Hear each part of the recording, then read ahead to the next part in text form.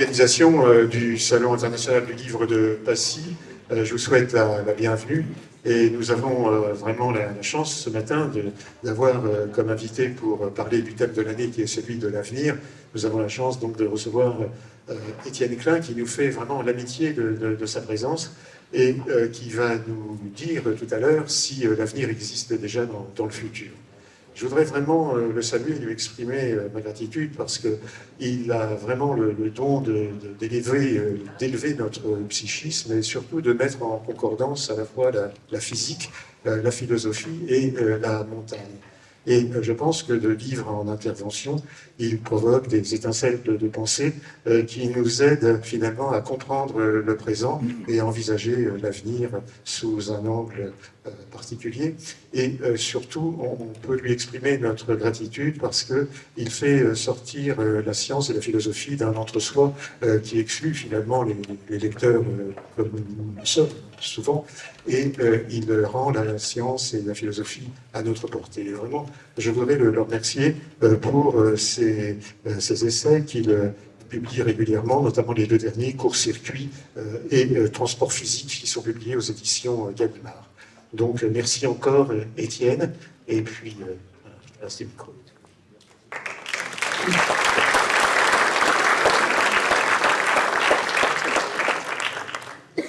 Bonjour à tous, merci Michel Morisseau pour son invitation. J'adore ce salon, quand je peux y venir, j'y viens systématiquement. En fait, Passy, c'est Erasmus de France qui organise des conférences le samedi à 10h. Bon, il paraît qu'il y en a une autre, on m'a rappelé que j'avais déjà donné une conférence à 10h un samedi matin, mais j'en ai pas le souvenir parce que sans doute que ça a été traumatique. Et donc je suis étonné de vous voir si nombreux, parce qu'il est tôt, et surtout parce que le titre que j'ai proposé pour la conférence est quand même stupide. Le futur existe déjà dans l'avenir, c'est une question dont je ne pensais pas qu'elle pourrait remplir un amphithéâtre. Alors quand même, elle a une origine assez simple, c'est qu'on a l'habitude de tracer l'axe du temps par un segment de droite, un peu comme on le fait pour un segment dans l'espace, en disant ça c'est le temps. Bon. Mais quand on dit cela, on oublie que cette représentation pose des problèmes assez terribles. Par exemple, ça ne dit pas ce qui fait que dans cet axe du temps, il y a une motricité, contrairement à ce qui se passe dans l'espace. Quand vous êtes dans l'espace, vous avez des points qui constituent une longueur, tout ça est statique. Mais le temps, on dit qu'on ne peut pas rester présent au même instant présent, il faut suivre ce qu'on appelle le cours du temps, qu'on manifeste par une petite flèche en disant ça avance. Mais on ne dit pas ce qui fait que ça avance. Donc déjà, il y a dans cette représentation une espèce d'oubli qui est fondamental. D'autre part, on fait quelque chose qui est topologiquement absurde, c'est-à-dire qu'on fait exister ensemble des instants successifs qui, par définition, n'existent pas ensemble. Okay. Alors que quand vous représentez une longueur, tous les points qui la constituent existent ensemble, en même temps, si je veux dire. Alors que les instants qui constituent une durée, par définition, n'existent pas en même temps. Et donc, un des objets physiques les plus mystérieux du monde, c'est la durée. Voilà. Comment une succession d'instants de durée nulle peuvent-ils faire une durée non nulle?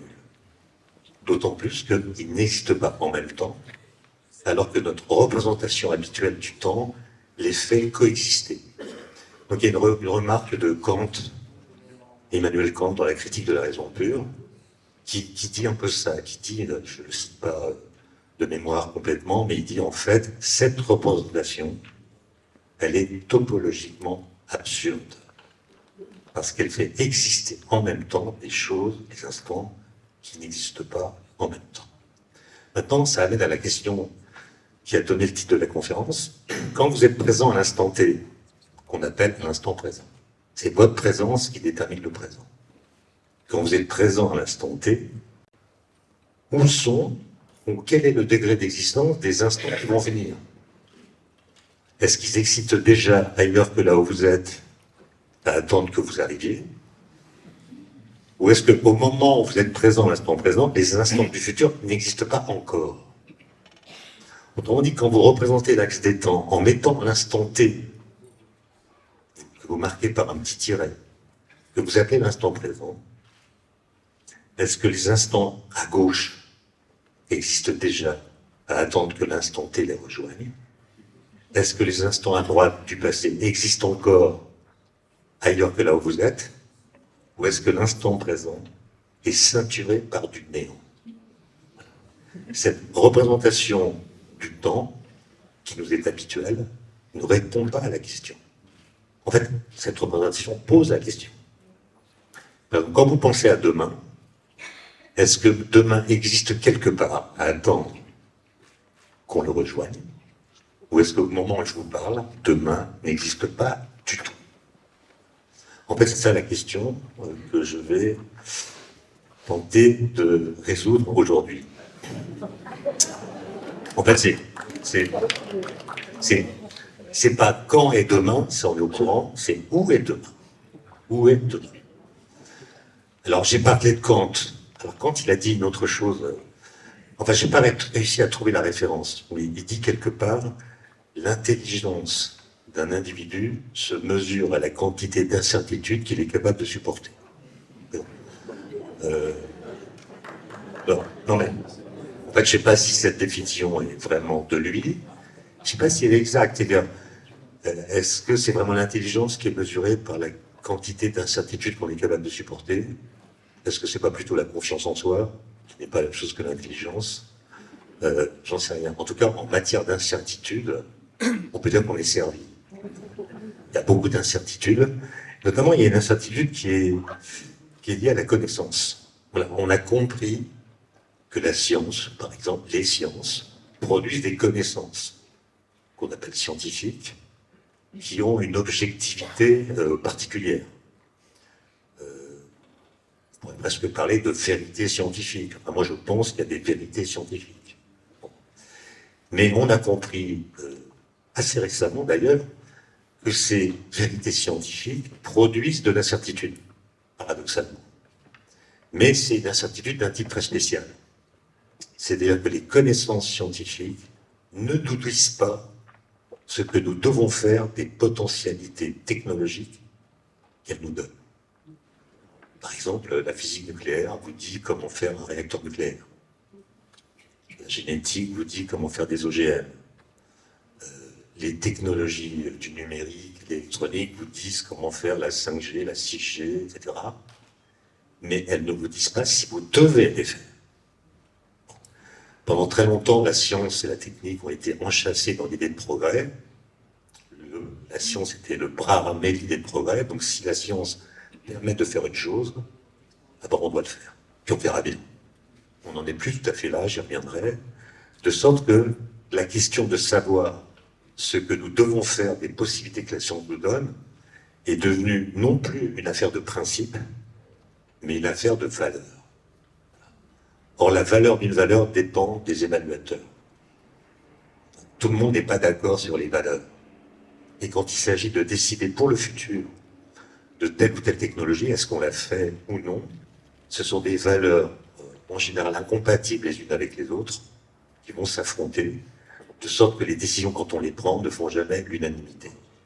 Certains vont mettre sur la table des valeurs écologiques, d'autres des valeurs philosophiques, rousseauistes par exemple, d'autres des valeurs économiques.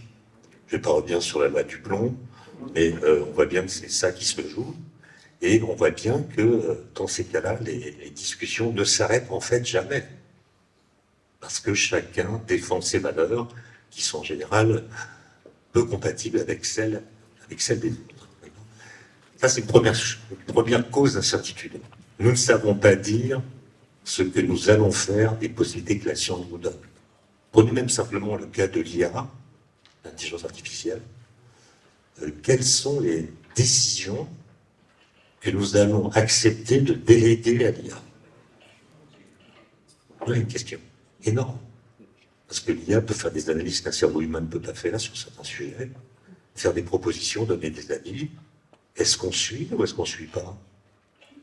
Sachant que l'IA est incapable d'argumenter. Quand elle donne un avis, elle ne dit pas pourquoi elle le donne. Donc, la question revient à se poser la question de la confiance qu'on accorde à des machines. Vous voyez que c'est un sujet démocratique, c'est un sujet politique. On devrait pouvoir en débattre. Et on n'arrive jamais à débattre de ces questions, parce que dans les débats, quand ils ont lieu à propos des applications technologiques de la science, que ce soit les nanosciences, le nucléaire, les OGM ou d'autres, on voit bien que dans les débats, il y a une sorte de décorrélation entre la militance et la compétence. Voilà. C'est pas les gens les plus compétents qui sont les plus militants.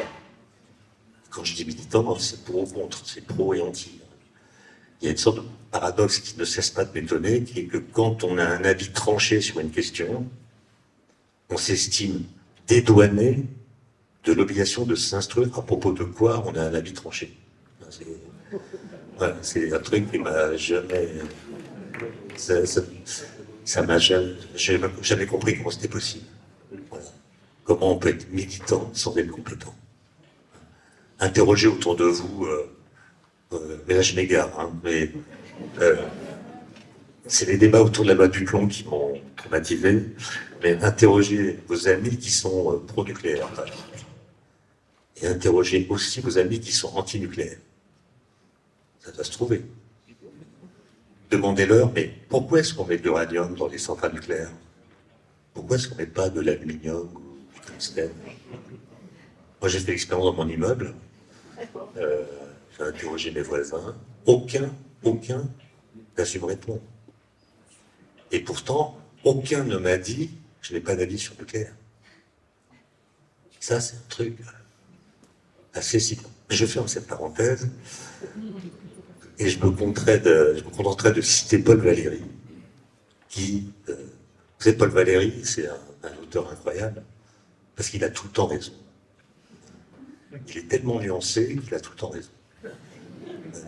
Il dit quelque part, l'homme sait en général ce qu'il fait, mais il ne sait jamais ce que fait ce qu'il fait.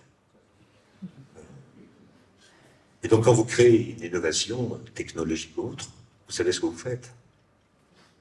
Mais vous ne savez pas dire à l'avance ce que va faire ce que vous faites. Vous ne savez pas comment une société, par exemple, une collectivité, va utiliser la technologie que vous avez mise sur pied. Il y a un exemple que j'aime bien citer, puisqu'on n'est pas loin de Genève. Genève abrite le CERN, comme vous savez, et c'est au CERN, dans les années 90, que des ingénieurs, très peu nombreux, 2 ou 3, ont inventé le web, le www. Et leur idée, c'était tout bête, c'était de construire un système de communication entre les laboratoires pour transmettre les données des expériences faites avec les accélérateurs du CERN à tous les laboratoires du monde, quel que soit leur système informatique. Donc il s'agissait d'inventer un mode de transmission qui soit transparent par rapport aux technologies particulières qu'utilisent les laboratoires. Bon, ben, ces gens, ils ne pensaient pas du tout que ça allait devenir le web. Ils ne savaient pas que ce serait l'outil principal de détermination des rencontres amoureuses, par exemple. Ce qui les choque beaucoup. D'ailleurs, il y en a un qui a déclaré que s'il avait su... Bon, bref.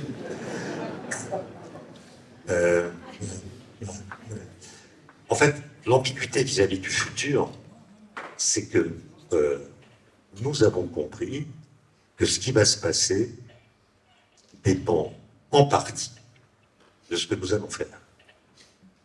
Et que comme nous ne savons pas dire ce que nous allons faire, nous ne savons pas dire ce qui va se passer. Même s'il y a des choses qui sont prévisibles, sur le climat par exemple. De sorte que le futur est finalement laissé en jachère intellectuelle. On ne peut pas le configurer, on ne peut pas le dessiner, parce qu'on ne sait pas comment il va être. Et comme dans la salle, je vois, il n'y a pas que des jeunes. D'ailleurs, moi je pensais que la question du futur ferait venir les jeunes, parce que c'est quand même eux qui sont concernés. Et en fait, je vois que c'est pas tout à fait vrai. Mais oui, c'est que dans la salle, il y en a qui, comme moi, ont été adolescents dans les années 70. Or, dans les années 70, les magazines pour adolescents, Tintin, Pilote, Spirou, qu'on recevait dans ma famille, nous parlaient toutes les semaines de l'an 2000. L'an 2000 était configuré. Il était même doublement dessiné. Il était représenté par des bandes dessinées qui nous expliquaient comment on allait voyager, se nourrir, travailler, communiquer, se distraire. Tout était dessiné. Donc le futur était mis dans notre présent. Le futur était installé comme représentation qu'on pouvait voir dans le présent. C'était crédible, en tout cas c'était présenté comme crédible, et c'était attractif. C'était attractif. Moi je me souviens que j'avais des copains qui étaient pressés d'y être, sans avoir conscience qu'ils seraient plus vieux. Ils avaient hâte, en fait ils avaient hâte d'être vieux.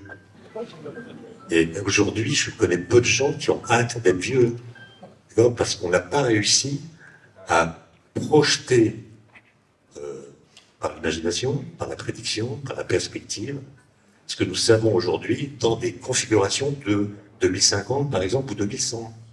Comment sera 2100 ? Comment sera 2050 ? Personne ne s'aventure à les représenter. Donc ils sont laissés en jachère intellectuelle et en lévitation politique. Alors que l'an 2000 était vraiment mis dans notre présent. Je connais personne qui serait candidat à monter dans une capsule temporelle qui l'emmènerait en 2050 sans avoir la garantie de pouvoir revenir. D'ailleurs, ça amène à la question posée. 2050, est-ce que c'est déjà déterminé ? Ou, si on admet que ça va dépendre en partie de ce qu'on va faire, en fait, 2050 n'est pas encore déterminé. Donc quand on dit « je vais voyager en 2050 », qu'est-ce que ça veut dire ? Vous allez choisir un scénario parmi tous ceux qui sont possibles, avec l'idée qu'en voyant effectivement comment est 2050, en revenant ici, vous allez pouvoir corriger le tir pour que 2050 ne soit pas exactement comme vous avez vu qu'il était. Je ne sais pas si j'ai été clair là. Ouais, c'est 10 heures en même temps. J'ai dîné chez des bons amis hier soir avec du très bon vin, bref. Vous me pardonnerez quelques sorties de route comme ça. Hein. Mais vous voyez, c'est quand même... puisqu'on est en montagne, moi je fais une analogie entre ce qu'a été l'an 2000 et ce qu'est le sommet d'une montagne. L'an 2000, c'était un changement de siècle, même un changement de millénaire. Et donc tout était tendu vers cet objectif.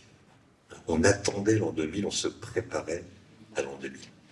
De même que quand un alpiniste fait l'ascension d'une montagne, dans la phase de montée, il ne se pose pas trop de questions. Le but, c'est le sommet. Donc il y a une sorte d'alliance entre le corps et l'esprit qui fait qu'il est motivé à atteindre son objectif. Ensuite, il atteint le sommet. Petite joie qui peut être très forte, mais qui est quand même courte. Puis après, il faut redescendre. Et la redescente, c'est une descente à la fois physique, on perd de l'altitude, mais aussi psychique. Parce qu'on s'éloigne de l'objectif qu'on avait atteint. Donc, la descente nous éloigne du sommet. Donc elle nous éloigne de notre but finalement. Et en plus, elle fait mal aux genoux. Et moi, je ne connais pas beaucoup d'alpinistes qui, dans la descente, fabriquent un nouveau projet d'ascension. Il faut attendre quelques jours après pour que l'envie d'y retourner se manifeste à nouveau. Moi, j'ai l'impression qu'on est dans cette situation. C'est-à-dire que l'an 2000 a été un horizon projectif tellement puissant, une sorte de sommet de la projection psychologique mondiale, que là, on est dans la phase de descente.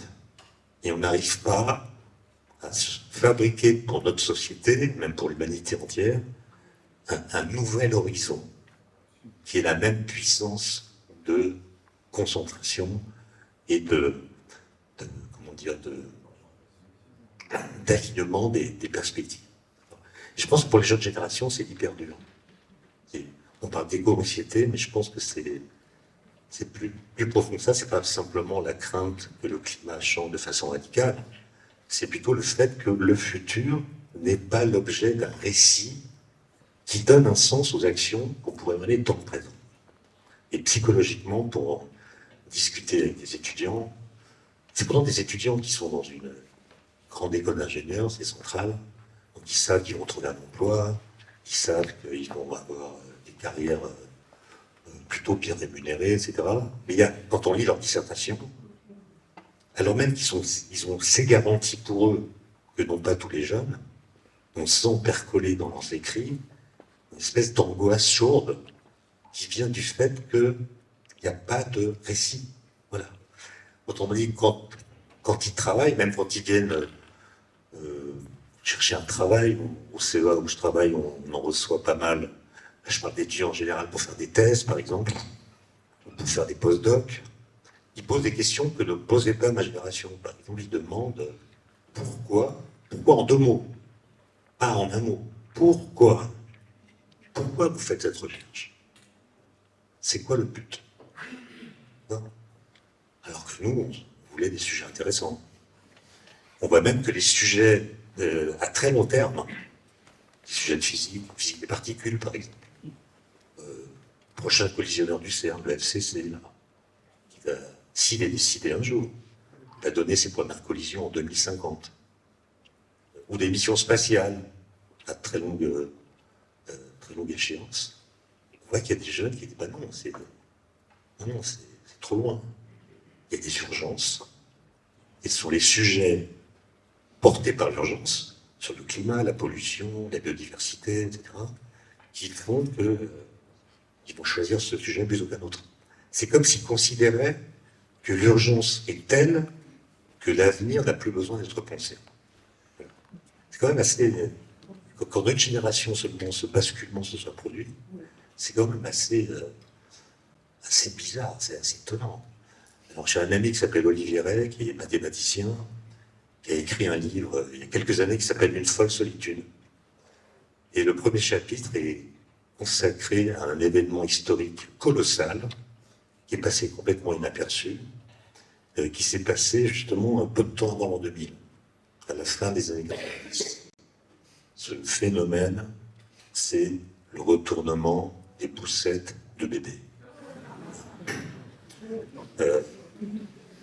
Les gens de mon âge qui sont dans la salle se souviennent qu'ils ont été poussés dans le sens inverse de la marche. Alors, on était poussés dans une poussette et on pouvait voir notre père, notre mère, la personne qui nous poussait, échanger avec elle des sourires, des grimaces, des onomatopées. Bref, on était connectés à notre passé. On prenait confiance dans cette relation. Et une fois qu'on avait un peu grandi, on était retourné vers l'avant et on pouvait croiser les inconnus sans être effrayés. On avait plus confiance. Et puis, dans les années 90, sont arrivées simultanément 2 choses qui se sont associées de façon dramatique. La première chose, c'est l'invention des congés de paternité en Suède. Donc les pères sont mis à pousser les poussettes. Et en même temps, on a inventé la mode de la course à pied. Donc les gars, ils voulaient pousser les poussettes, mais en même temps, ils voulaient s'entraîner pour la course du dimanche. Donc on a retourné les poussettes à 3 roues, là, et les gamins ont été... C'est une analogie, hein, c'est pas... Je caricature, hein, c'est symbolique. Les enfants étaient poussés vers l'avant, direct. Donc il y a des gens qui ont loué l'initiative en disant ça les libère des tutelles familiales. Bon. En fait non, ils ne voyaient que des visages inconnus, et l'inconnu ça fait peur. Et donc c'est une sorte de retournement du rapport au futur. Le retournement des poussettes a créé vis-à-vis du futur une angoisse topologique. Je dis n'importe quoi, mais...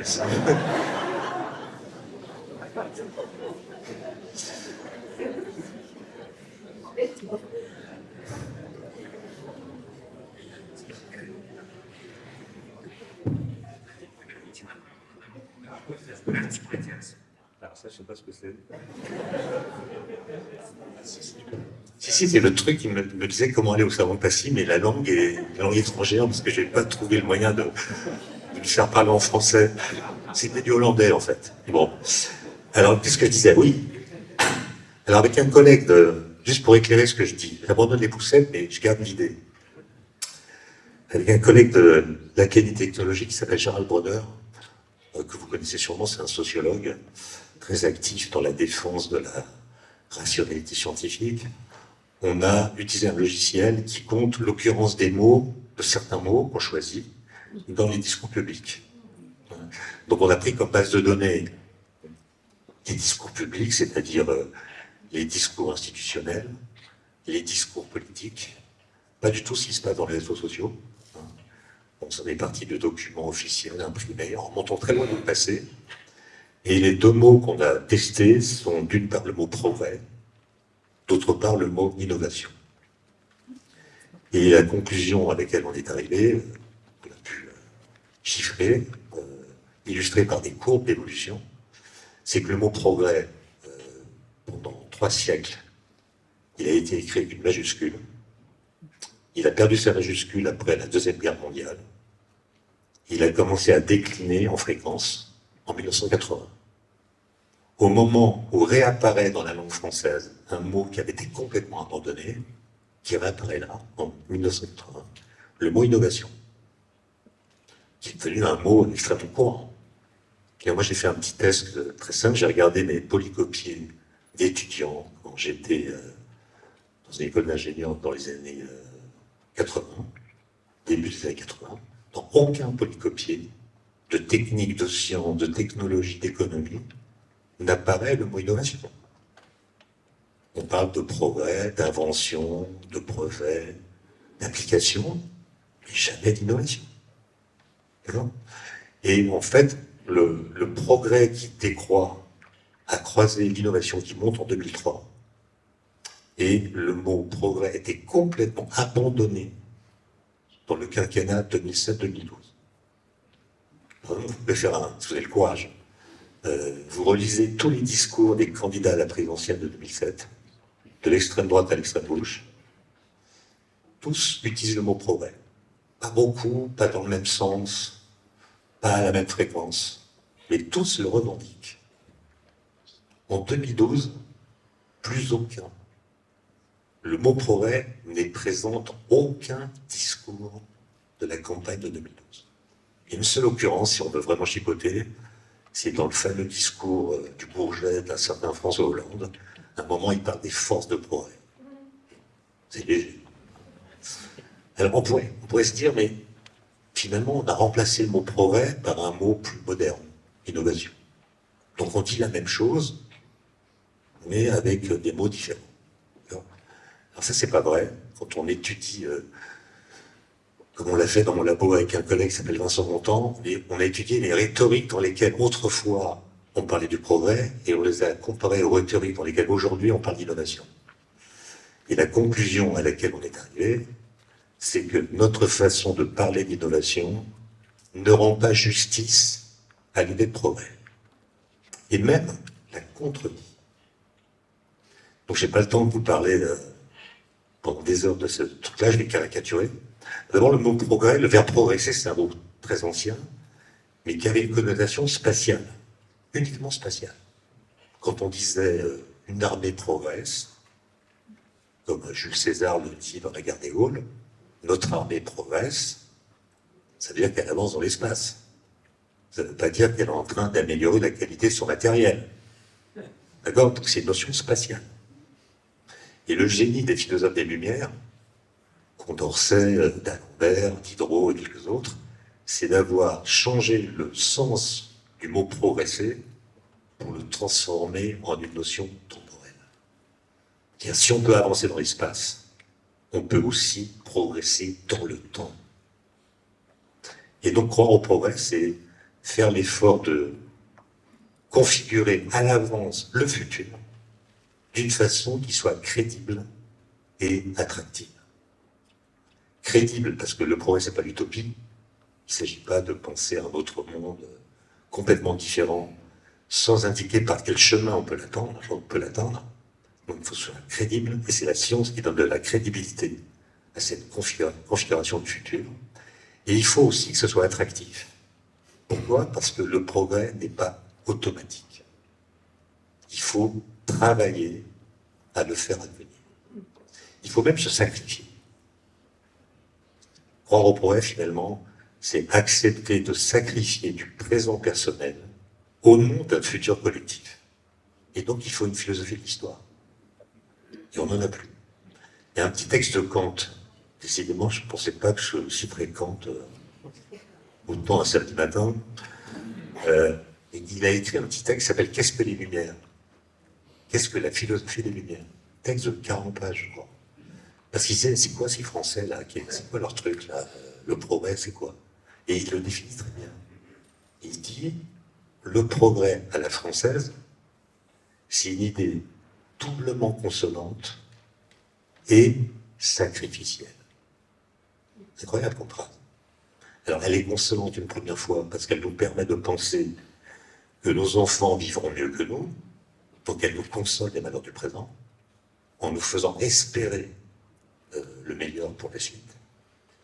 Et puis, il ajoute, elle est aussi consolante parce qu'elle donne un sens au sacrifice qu'elle impose. Autrement dit, croire au progrès, c'est refuser la bohème. C'est refuser de glander. Voilà. Il faut travailler pour le futur. Il faut travailler pour nos enfants, pour qu'ils vivent mieux que nous, etc. Et ça suppose d'avoir une sorte de confiance dans le fait que le temps qui passe est constructeur. Le temps, il est complice de notre liberté, de notre volonté. Le temps est notre allié. Plus de temps à passer dans le futur, mieux ce sera. Ce qui change d'ailleurs complètement le rapport qu'on peut avoir avec le risque. Il se trouve qu'avec un copain, on a étudié, on a regardé la presse, les journaux qui ont été publiés entre le 3 mai 1848 et le 11 mai 1848 en France. Alors pourquoi? C'est parce que le 3 mai, il y a eu un accident de chemin de fer. Le premier gros accident de chemin de fer en France, qui s'est déroulé sur la ligne Paris-Versailles. Paris-Versailles, c'était assez court, mais le train a déraillé à Meudon. Il y a eu 60 morts carbonisés, plus de 150 blessés. Dans les morts, il y avait toute la famille du Mont d'Urville, l'explorateur. Et il y a eu un débat dans la presse. Les gens ont dit, mais c'est quoi ce truc-là? Le train va à peine plus vite que le cheval. Et ça fait des drames comme ça. En plus, les wagons, incroyable, les wagons étaient plombés pour empêcher les suicides sur le viaduc qui arrive à Versailles. Il y avait un viaduc, il avait peur que les gens se jettent dans le vide. Alors qu'on pouvait aller sur le viaduc sans prendre le train. Enfin bon, donc les gens n'ont pas pu s'échapper des wagons en feu, etc. Et on voit que dans les jours qui suivaient immédiatement l'accident, il y a du scepticisme. Quand même. Et puis au bout de 3 jours, la tonalité de la presse change. Il y a des gens qui écrivent cet accident ne doit pas empêcher les gens de prendre le train ou les dissuader de le faire, car cet accident est pédagogique. Il va nous apprendre comment empêcher, dans le futur, que de tels drames se reproduisent. Et celui qui va clore le débat, c'est Lamartine. Lamartine est député à l'époque, il monte à la tribune de la Chambre, et il dit, je cite de mémoire, la civilisation a besoin de soldats. Les victimes du drame de Meudon sont les soldats de la civilisation. Donc on accepte le risque au motif que le risque est le prix à payer pour faire advenir le meilleur. Alors qu'aujourd'hui, le risque est considéré comme le symptôme d'un dérèglement généralisé et même comme les prémices des apocalypses futures. Notre rapport au risque, il a complètement changé. Et à la fin de son discours, Lamartine dit simplement « Plaignons-les », il parle des victimes, « Plaignons-nous, nous sommes en deuil, mais marchons. » Marchons. C'est pas un accident qui va entraver la marche du progrès. Il était député. Imaginez aujourd'hui un député qui dise la même chose à la Chambre après un accident qui n'aurait fait qu'un seul mort. La probabilité qu'il soit réélu serait quand même très très faible. D'accord? Donc ça veut dire que, vous voyez, notre rapport au futur, il a complètement changé. Et finalement, le fait d'avoir changé le mot progrès pour le remplacer par le mot innovation, c'est pas une opération neutre du tout. Je vais pas vous faire l'histoire, mais le mot innovation, c'est un mot qui est apparu en latin, en bas latin, au XIVe siècle. Dans le vocabulaire juridique, ce qu'on appelait une innovation pour un contrat, c'est ce qu'on appelle aujourd'hui un avenant. Alors, donc, un avenant, c'est ce qu'il faut changer un contrat pour que le contrat demeure valable quand les circonstances ont changé. Donc, oui, d'emblée, c'est signe de mauvais signe. Ça veut dire que l'innovation est liée à un principe de conservation. Innover, c'est changer ce qu'il faut changer pour que ça ne change pas. D'accord ? Alors après, le mot va circuler dans d'autres secteurs que le droit. On va le retrouver chez Machiavel, dans Le Prince. Machiavel explique qu'un prince, quand il a le pouvoir, ne doit rien changer. Il doit faire comme font les princes. Donc des réceptions, des guerres de temps en temps, des enfants, des fêtes, c'est tout. Sauf, dit Machiavel, si son pouvoir est menacé. Si son pouvoir est menacé, alors il doit innover politiquement. Et là encore, c'est lié à un principe de conservation. Il faut innover pour conserver le pouvoir. Ensuite, et je vais m'arrêter sur là, la première fois qu'on associe l'innovation à la technique, c'est sous la plume d'un philosophe anglais qui s'appelle Francis Bacon, XVIIe siècle, auquel d'ailleurs Kant va dédier la critique de la raison pure. Et Francis Bacon, il écrit un petit livre en 1632, donc c'est avant le siècle des Lumières. 1632, un livre qui s'appelle Essais et conseils civils et moraux. Vous pouvez le trouver traduit en français moderne chez Brun, vous pouvez l'acheter. Et il y a un petit chapitre qui s'appelle Innovation, très court, que je donne à lire à mes étudiants, sans leur dire qui l'a écrit ni quand il a été écrit, et je leur dis, à votre avis, qui est l'auteur de ce texte. Ils discutent entre eux, chaque groupe doit proposer un nom d'auteur. Donc cette année, j'ai eu Alain Minck, Jacques Attali, et pour la première fois, j'ai eu, depuis qu'ils savent qu'il est écrivain, Bruno Le Maire. Donc, non mais, vous voyez, c'est quand même un truc incroyable. Vous avez un texte de 1632, parlant de l'innovation. Et quelqu'un qui le lit aujourd'hui croit qu'il a été écrit par un auteur contemporain. C'est fou, ça. Ça veut dire que dans ce texte, on parle de l'innovation comme on en parle aujourd'hui. Or, que dit Bacon ? Il dit tout simplement que le temps qui passe est corrupteur. Le temps qui passe, il dégrade la situation. Et il augmente la gravité des défis qu'il faut relever. Comment empêcher que cette dégradation devienne irréversible ? Réponse de Bacon, par l'innovation technique. Donc l'innovation, c'est ce qui permet de maintenir le monde, de l'empêcher de s'effondrer sous l'effet corrupteur du temps qui passe. C'est exactement le discours d'aujourd'hui. C'est-à-dire quand l'Europe a voulu devenir l'union de l'innovation, avant l'Europe c'était le traité de Lisbonne, société de la connaissance. Et on s'est rendu compte que la connaissance c'est bien, mais ce qui compte c'est les brevets, c'est les applications, c'est la santé de l'économie, etc. Et donc on va changer notre référence. Et l'Europe est devenue, en 2010, l'union de l'innovation. C'est ce qu'on appelle l'horizon 2020. Vous voyez, quand l'Europe peut se projeter dans un futur, 2020, c'est quand même du court terme. Il s'était présenté comme un plan à long terme. Il y a un rapport de 50 pages qui a été écrit à l'époque pour expliquer la démarche. Vous pouvez le lire sur Internet. 50 pages dans lesquelles le mot innovation apparaît 307 fois, sans être jamais défini. Donc c'est un mot totem.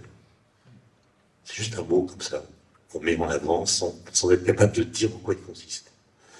Les premières lignes du rapport, je les connais par cœur. L'Europe et devant des défis dont la gravité augmente à mesure que le temps passe. C'est un plagiat de Bacon. Deux points, changement climatique, baisse de compétitivité des entreprises, réduction de la biodiversité, etc. Et l'Europe a compris qu'elle ne pourra relever ces défis que grâce à l'innovation. C'est exactement Francis Bacon. Non. Donc notre référence, c'est plus le siècle des Lumières, c'est avant. Autrement dit, ce qui justifie l'innovation, c'est pas une certaine idée qu'on a du futur, c'est l'état critique du présent. On dit en gros, ça peut pas durer, donc il faut innover pour que ça dure. Non mais vous voyez, c'est quand même un changement incroyable, parce que ça a un effet sur la psyché des étudiants. Moi j'ai des étudiants, donc c'est des étudiants ingénieurs, et on leur a dit, les gars, il faut innover, quoi. Si vous n'innovez pas, on est mort. C'est comme si on pointait une flèche dans leur dos en leur disant innover. C'est une sorte d'obligation. C'est plus un désir de futur qui est le moteur de ce geste, c'est une condition de vie et de mort. Si on n'innove pas, on est fichu. C'est ça le message qu'on distille. Or, les ingénieurs d'aujourd'hui, j'ai dit une bêtise ou quoi? Non, parce que si le mot progrès a disparu, c'est pas par hasard. Hein. C'est qu'il y a des raisons. C'est qu'en gros, que la philosophie des Lumières, elle est truffée de naïveté que la suite de l'histoire a dénoncée. Il y a plein de naïveté. Par exemple, Condorcet explique qu'il y a un embrayage. Il y a un embrayage automatique entre les différentes sortes de progrès. Un progrès scientifique engendre un progrès technique, qui engendre un progrès matériel, qui engendre un progrès moral, qui engendre un progrès politique. On sait que ça marche pas comme ça. Quand vous lisez l'article de d'Alembert sur les mathématiciens, sur les mathématiques, sur les géomètres, comme il dit, l'entrée c'est géomètre. Le mot de l'époque pour désigner les mathématiciens. Un article sublime, 10 pages. À la fin, il dit, prenez une nation tyrannique, donc soumise au joug de ce qu'on appelle aujourd'hui un dictateur. Formez dans cette nation quelques géomètres, quelques mathématiciens. D'Alembert dit, quelque temps plus tard, alors, le peuple se libérera de son joug. Donc, il suffit qu'il y ait des mathématiciens de société pour qu'elle devienne libre. Il aurait fallu l'emmener en Corée du Nord, hein, où il y a d'excellents mathématiciens. Donc voilà, c'est truffé de naïveté. Et parmi les autres naïvetés, il y en a une qui est... En fait, je suis pas là.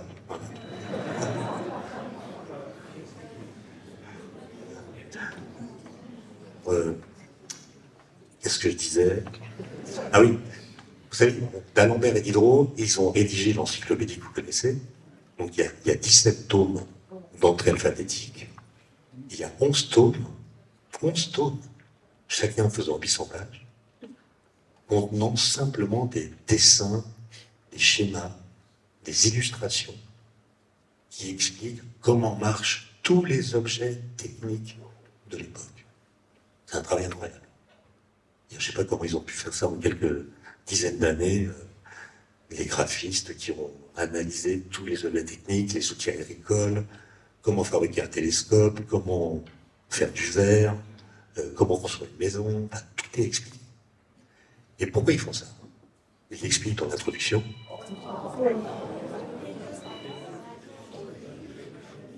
Il l'explique dans l'introduction en disant,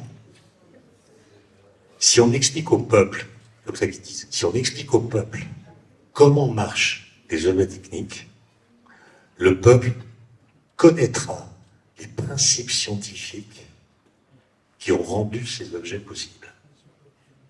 Autrement dit, leur credo, c'est que la technologie est vectrice de pédagogie scientifique. Si on explique aux gens comment marchent les objets techniques, les gens connaîtront la science. Bon, je ne sais pas si ça a été vrai à certaines époques, Mais aujourd'hui, on peut dire que le pari qui pose là est complètement faux. Puisque c'est le contraire qu'on voit. Plus un objet technique est complexe, plus il est facile de l'utiliser. Sauf quand il s'agit de l'éteindre.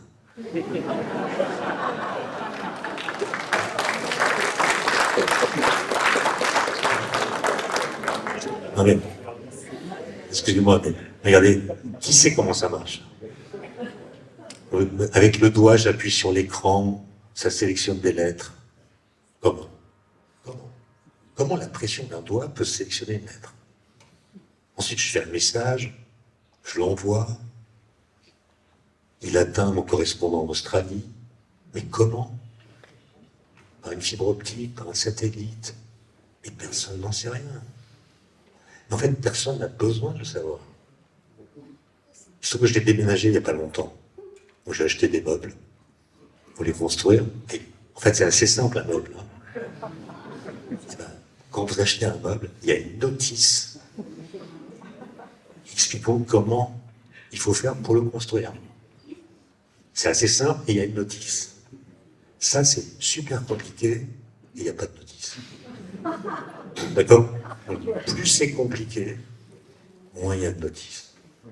Donc, plus c'est compliqué, plus c'est convivial. Plus l'usage est convivial. C'est tellement convivial que ça épuise le questionnement. La question « comment ça marche ?» on ne se la pose même pas. Parce qu'on se doute que la réponse à cette question est tellement complexe qu'elle nous est inaccessible. Et je reviens à mes étudiants, ingénieurs, on leur dit il faut innover. Mais ils sont incompétents. Innover avec ça, là, qu'est-ce que je peux améliorer? À part que le bouton d'exclamation soit plus apparent. C'est peut-être une innovation, ça.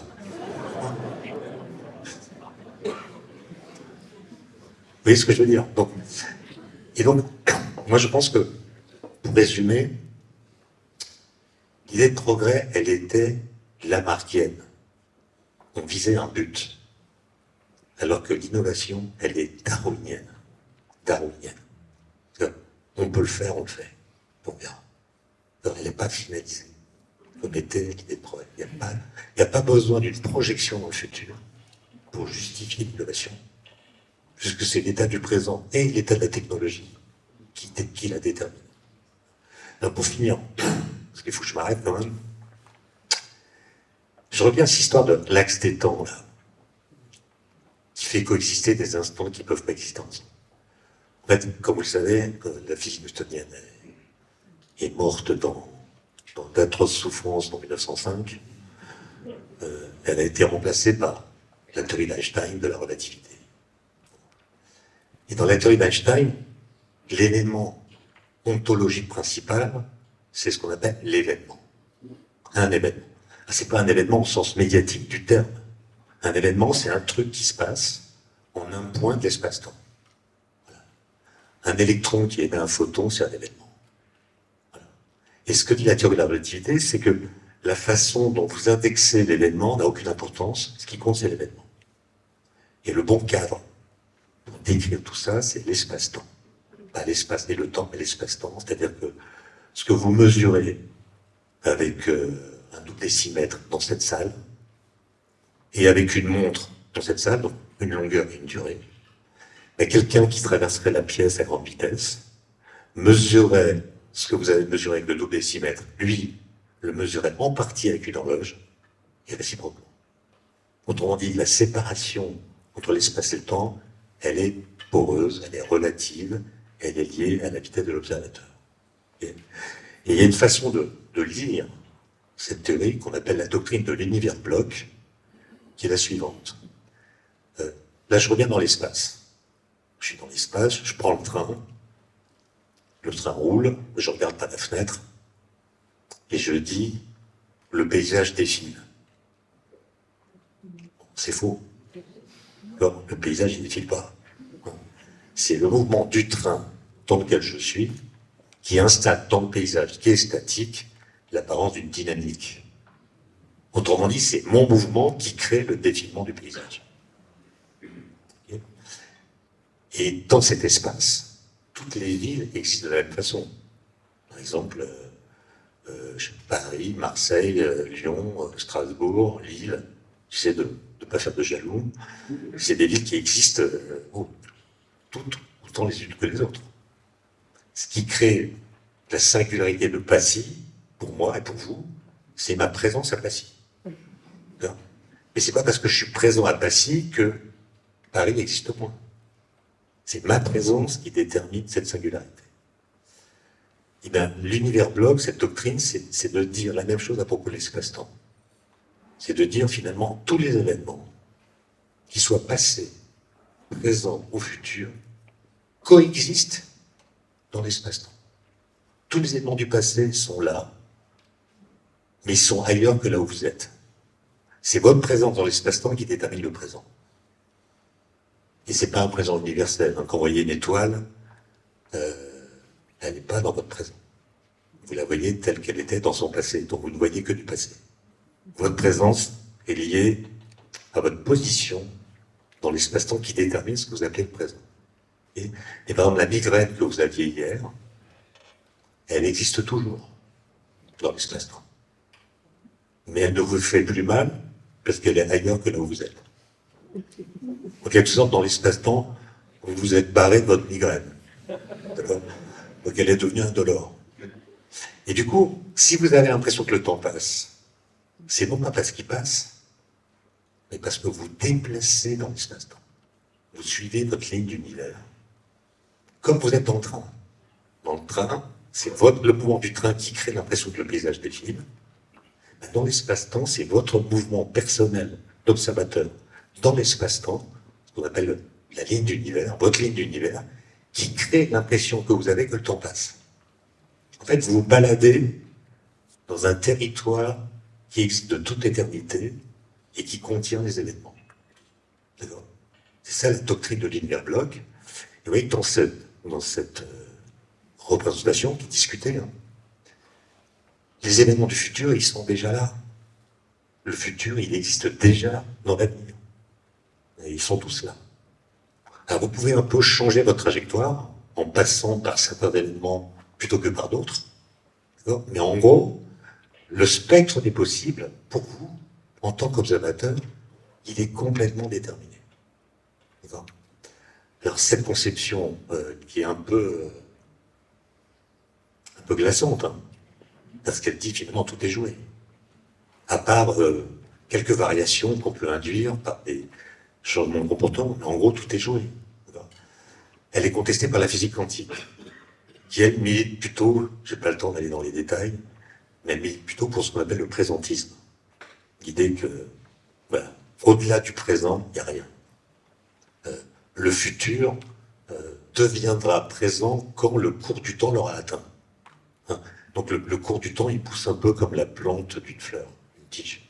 La tige, elle colonise l'espace, mais avant qu'elle ait atteint un certain point, l'espace est vide.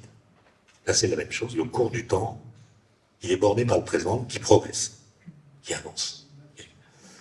Donc, à mon avis, quand il s'agit en tant que société, ou même en tant qu'individu, de se poser la question du futur, on n'a pas le temps d'attendre que les physiciens se mettent d'accord. Entre les partisans du présentisme et les partisans de l'univers bloc, moi j'assiste à des colloques de physique sur la question du temps, ça s'étripe dans tous les sens, on n'a pas le temps d'attendre. Donc je pense que psychologiquement, on doit fabriquer, pour nous-mêmes et pour la société, une alliance entre le présentisme et l'univers bloc. C'est-à-dire on retient de l'univers bloc l'idée qu'il y aura un futur. Donc on renonce à la collapsologie, à l'idée de l'effondrement. Il y aura un futur. Ça, c'est ce qu'on prend à l'univers bloc. Il y aura un futur. Mais ce qu'on prend au présentisme, c'est l'idée que ce futur, il n'est pas complètement déterminé. Il y a encore de la place pour le projet, pour le désir, pour la volonté, pour le travail, pour la projection. Peut-être pas pour le rêve, en tout cas, on peut... Voilà. Et donc, si on arrive à refabriquer ce qui nous manque, à mon avis, c'est-à-dire un récit qui nous connecte au futur. Ce récit, il peut être faux. Les récits qu'on nous servait dans les années 70 à propos de l'an 2000, c'était en grande partie faux. Mais ils ont servi à donner un sens, une sorte de direction aux actions et aux choix que nous avons faits. Quand un tel sens, quand l'axe du futur n'est plus tracé, ben, il y a une place qui est laissée vacante pour les esprits, qui va être colonisée par l'angoisse. D'accord ? Donc voilà ce que je voulais dire comme proposition. Une sorte de construction basée sur la physique d'un remède à l'angoisse. Même si l'angoisse est légitime, hein. On voit bien qu'il se passe des choses complètement inédites qui sont liées à l'activité humaine. Moi, j'étais au Signal avant-hier, j'ai pris une photo de la mer de glace. Tous les ans, je prends une photo de la mer de glace.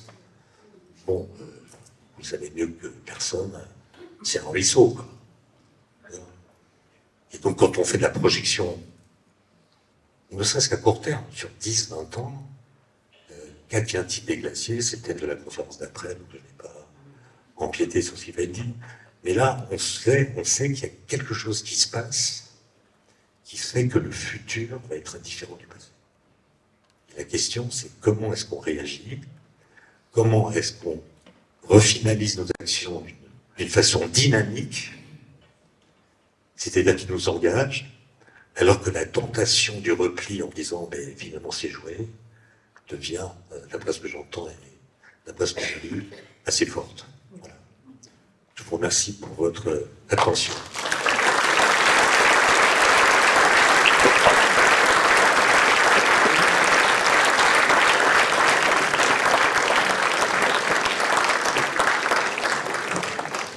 Merci beaucoup, Étienne Klein. Vous auriez des questions à poser, quelques questions, parce que avant que les glaciers ne viennent envahir la salle. Une question courte.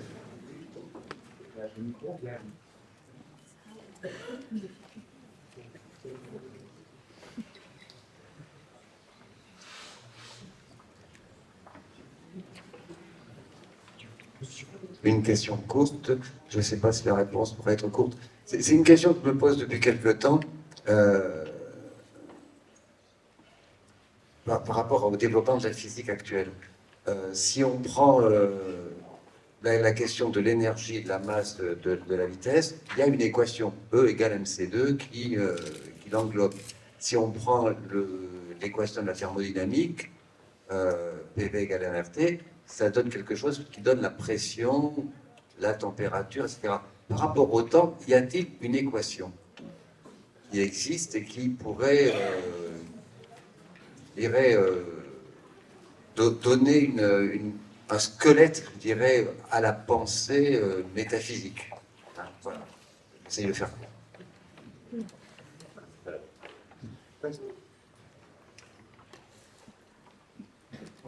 Je suis pas sûr que les questions soient liées au sujet, mais je vais quand même y répondre brièvement. En fait, parler du temps en général, comme ça, en l'air, c'est intéressant, mais en effet, si on veut bien parler du temps, il faut s'asseoir sur quelque chose qui le décrit. Or, les théories physiques, ou les équations de la physique, représentent le temps sous la forme du paramètre T dont j'ai parlé, c'est T, quoi. Et si je mets de côté la relativité générale, qui est une théorie de la gravitation, toutes les autres théories, mécanique quantique, classique ou relativisme, peu importe, thermodynamique, mécanique de Newton, dans toutes ces théories, le paramètre T est complètement indépendant de ce qui se passe dans le temps. Et le temps, en fait, ne change pas au cours du temps sa façon d'être le temps. C'est-à-dire que tous les instants du temps sont représentés de la même façon. Mais dans le langage courant, on n'arrête pas d'associer le temps au changement. Or, la physique vous dit, la seule chose qui ne change pas au cours du temps, c'est le temps. Le temps est toujours le même. Les instants, quel que soit l'instant que vous désignez par T, T a le même statut mathématique. Il n'évolue pas au cours du temps. Bon, avec la relativité générale, c'est un peu différent, je ne vais pas entrer dans les détails. Mais vous voyez, notre langage n'a nullement été modifié par ce que nous avons appris grâce à la physique à propos du temps.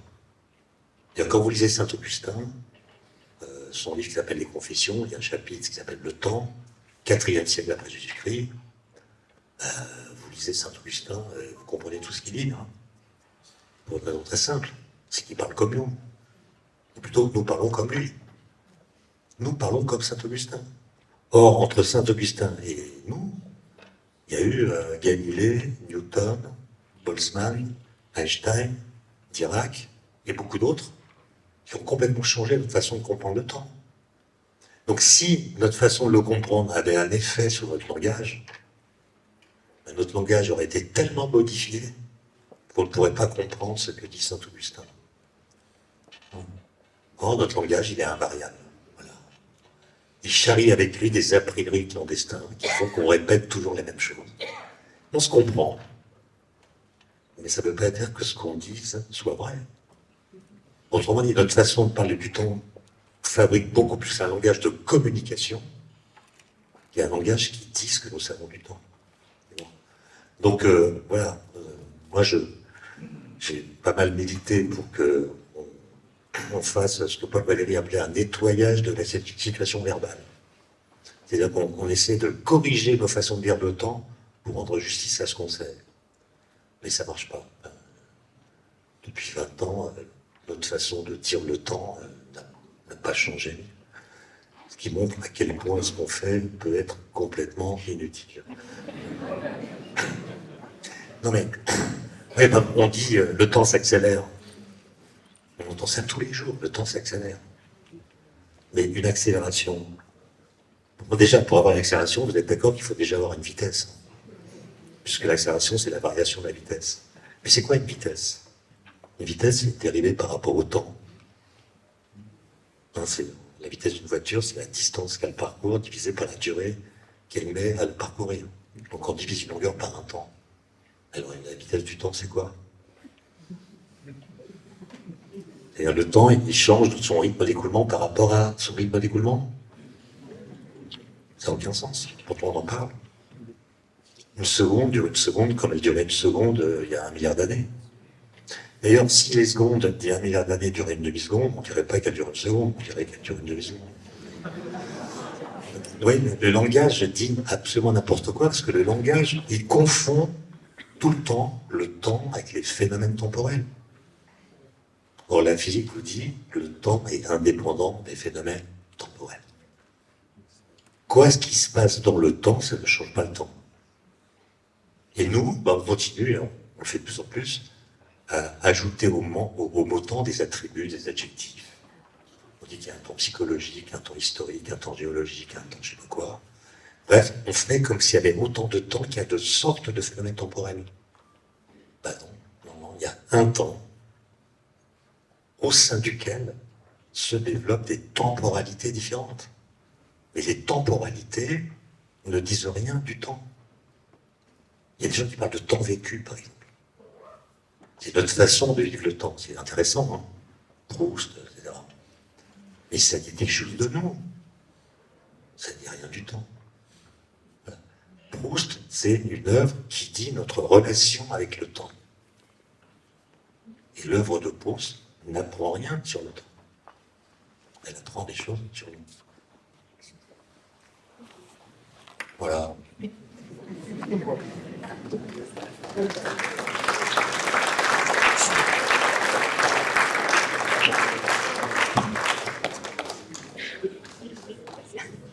Merci beaucoup pour votre présentation qui, pour moi, a permis de clarifier la distinction entre innovation et progrès. Et si j'essaie de résumer avec mes mots, pour moi, cette innovation, j'ai l'impression que c'est un peu la grande plaie. On essaye de toujours mettre un petit pansement sur cette grande plaie, alors que le progrès va essayer vraiment de venir réfléchir à notre santé globale, à l'amélioration de notre santé globale et plus se concentrer juste sur cet ajustement. Par contre, donc je me retrouve aussi dans ce besoin d'un récit, ce besoin d'un objectif, d'une vision, et je me retrouve dans ces ingénieurs de 30 ans qui se posent toutes ces questions. Et en même temps, dans votre présentation, vous avez pas mal questionné l'idée d'utopie, de rêve, de la créativité, mais presque en les mettant de côté. Et, et moi, je me dis, est-ce que la rationalité scientifique peut permettre justement de créer ce nouveau récit désirable? Personnellement, j'en suis pas sûre aujourd'hui. Et je pense que cette rationalité scientifique, elle doit justement plutôt s'allier à cette part de créativité, de rêve et d'utopie qui nous permet de retrouver une envie pour dessiner en effet un sommet qu'on a envie d'atteindre. Et j'aimerais du coup vous entendre sur ce sujet-là parce que je trouve que ce sont souvent des mondes qu'on cloisonne beaucoup, et autant sur le constat, je m'y retrouve pleinement, mais dans les perspectives, d'après vous, comment justement on le dessine, ce récit, comment on construit en effet un récit qui soit lucide, atteignable, cohérent, désirable, mais quels sont les acteurs qu'on met autour de la table pour le faire, quelle est la part de la science là-dedans, mais quelle est aussi sa juste part pour embarquer plus largement l'humanité tout entière. Bon, merci, ça fait beaucoup de questions. Moi, je pense que dans l'idéal, je parle pas de rêve, mais d'idéalité, on devrait être capable de décider de ce que nous voulons collectivement en tenant compte de ce que nous savons. Qu'est-ce que nous voulons en tenant compte de ce que nous savons. Et ça, je ne vois pas comment ça peut être mis sur pied, puisque on voit bien à quel point nous sommes pilotés par la sollicitation de nos émotions, et la rationalité dont vous parlez n'est jamais mise vraiment sur la table. On active notamment politiquement nos émotions beaucoup plus que notre rationalité. Autrement dit, si vous êtes quelqu'un qui croyait à l'idée de progrès, quelle que soit la forme que vous le donnez, vous devez d'abord identifier les naïvetés de la philosophie du progrès. Autrement dit, si vous croyez au progrès, vous devez faire progresser l'idée de progrès. Autrement dit, plutôt que de remplacer ce mot par le mot innovation, vous retravaillez l'idée de progrès pour qu'elle prenne à nouveau un sens qui soit crédible. Ça, c'est un travail énorme que personne ne fait. C'est pour ça que je suis assez pessimiste. Dans ce sens-là, vous parlez de la rationalité. Quelle est la place de la rationalité dans le débat contemporain ? Est-ce qu'il n'y a pas une concaténation rendue possible notamment par le numérique entre la liberté et la vérité ? Chacun estime qu'il a le droit de décider ce qui est vrai pour lui. Les gens qui pensent que la Terre est plate réclament qu'on les respecte. Si vous dites n'importe quoi en science, est-ce qu'on va vous le reprocher ? Voilà. Moi, je suis complètement effrayé par la force du faux. Le faux nous séduit beaucoup plus que le vrai. Le vrai est souvent déceptif. Le vrai demande, pour être compris, qu'on le travaille. Il demande qu'on réfléchisse, qu'on s'informe. On voit bien que le faux, lui, se propage très très librement dans le monde numérique. Il est même dopé par l'IA. Autrement dit, voilà, moi je pense que... Bon, alors j'ai vécu dans une bulle, pendant 50 ans, je me suis fait des illusions. Mais là, j'y crois plus. C'est-à-dire, je pense que la vérité est quelque chose qui n'a plus aucune valeur. Elle peut être bafouée sans que celui qui la bafoue emporte les moindres séquelles. Regardez ce qui se passe aux États-Unis. Et ça existe déjà en France. Le nombre de choses fausses qui sont dites à propos des sciences, c'est quelque chose d'assez dingue. Assez dingue. Et qui proteste contre ça? En fait, à l'Académie, on a fait un rapport que je vous invite à lire, j'en ai parlé hier avec des amis, qui s'appelle IA générative et désinformation. Et on a auditionné plein de gens, notamment des neuroscientifiques. En fait, c'est tout bête, notre cerveau, il aime le faux. Voilà. Et quand des gens nous servent du faux, on est content. Voilà. On est content, on réclame du faux. La vérité nous intéresse très peu. Donc, voilà, je pense que dans l'idée de progrès, pour revenir à elle, il y avait l'illusion qu'on pouvait éliminer le tragique de l'histoire. On allait se débarrasser du tragique.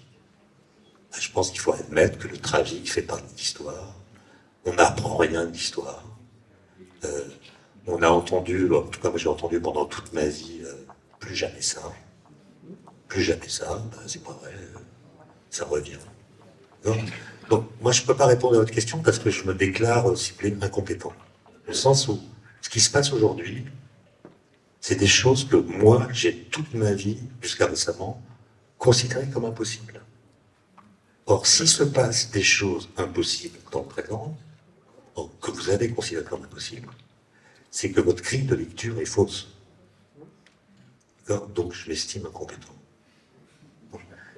Qu'un type comme Trump puisse être réélu, pour moi, c'est incompréhensible. On peut mettre des raisons sociologiques. Qu'un type qui dise, je sais pas, la République, c'est moi, qui est la phrase la plus anti-républicaine qu'on puisse imaginer, qui puisse exister dans le paysage politique, ça me fascine, je comprends rien. D'accord, donc ma réponse, c'est je ne sais pas répondre à votre question parce que j'y comprends rien. Si, une dernière question.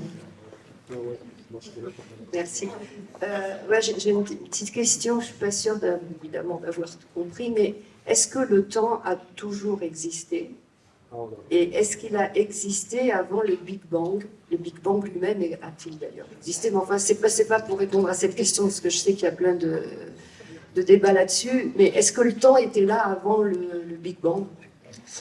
Excusez-moi, mais vous êtes gonflé. Le sujet, c'est l'avenir. Hein. Bah, ouais, mais on voit. Il me semble que c'est lié d'ailleurs à l'avenir. Enfin, mais ça sera une autre. Mais oui, enfin, c'est trop long parce que, en fait, j'ai écrit un livre là-dessus, donc je ne vais pas. Il s'appelle Discours sur l'origine de l'univers. Vous aurez des réponses à votre question, mais vous voyez, il y a quand même un truc. Quand on parle de l'origine, dans le langage ordinaire, l'origine d'une chose, vous avez remarqué ce truc étonnant qui se passe à chaque fois. Donc, si moi je vous demande votre origine, vous allez me parler de vos parents, de vos grands-parents, de votre région d'origine, etc. Autrement dit, vous allez me raconter une histoire au sein de laquelle vous n'étiez pas présente. Okay. Donc, raconter l'origine d'une chose, c'est raconter ce qui s'est passé avant cette chose jusqu'à ce que cette chose apparaisse. Donc, dans la langue courante, le mot origine est synonyme de conclusion. Raconter l'origine d'une chose, c'est raconter l'histoire qui l'a précédée et dont elle est la conclusion. Okay. Donc ça marche pour les atomes. On est capable de raconter l'origine des atomes, c'est de raconter les processus nucléaires dans les étoiles qui ont fabriqué les atomes, et dont les atomes sont l'aboutissement.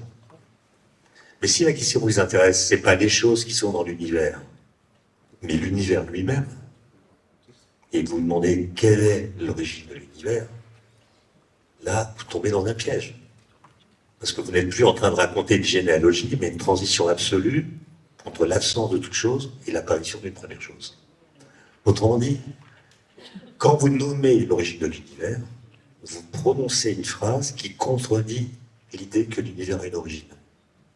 Parce que ou bien la chose que vous mettez en amont de toutes les autres, et vous dites ça c'est l'origine. L'origine ça peut être le Big Bang comme vous dites, ou bien le vide quantique, ou bien une collision de Bran, ou bien Dieu, tout ce que vous voulez. Vous nommez l'origine, en disant voilà ce qu'il y avait avant toute chose. Et vous voyez que ça pose une question. C'est deux choses l'une. Combien cette chose a toujours été là? Alors si elle a toujours été là, ça veut dire qu'il y a toujours eu quelque chose. Donc l'univers n'a pas d'origine. Ou bien elle n'a pas toujours été là. Et dans ce cas-là, elle est la conséquence d'une autre chose qui l'a précédée. Et dans ce cas, c'est pas l'origine. Voilà, je vous laisse réfléchir là-dessus.